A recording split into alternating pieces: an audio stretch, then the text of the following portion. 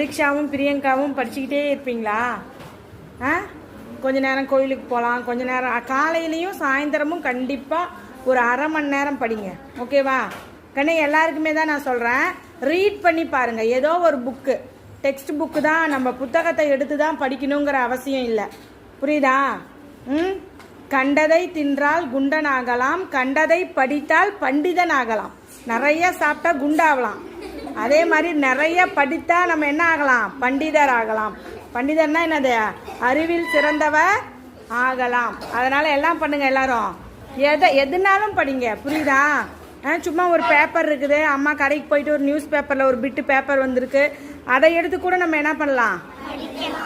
Read பண்ணுறோம், அவ்வளோதான். அதை எடுத்து அப்படி நம்ம மனசில் ஏற்று மனப்பாடம் பண்ணி அடுத்த டேர்ம் எக்ஸாமுக்கு அரையாண்டு விடுமுறைக்கு பரீட்சையில் எதுவும் வரப்போகிறது கிடையாது. சரியா? சும்மா நம்ம என்ன பண்ணி பார்க்குறோம்? ரீட் பண்ணி பார்க்குறோம். ஓகே.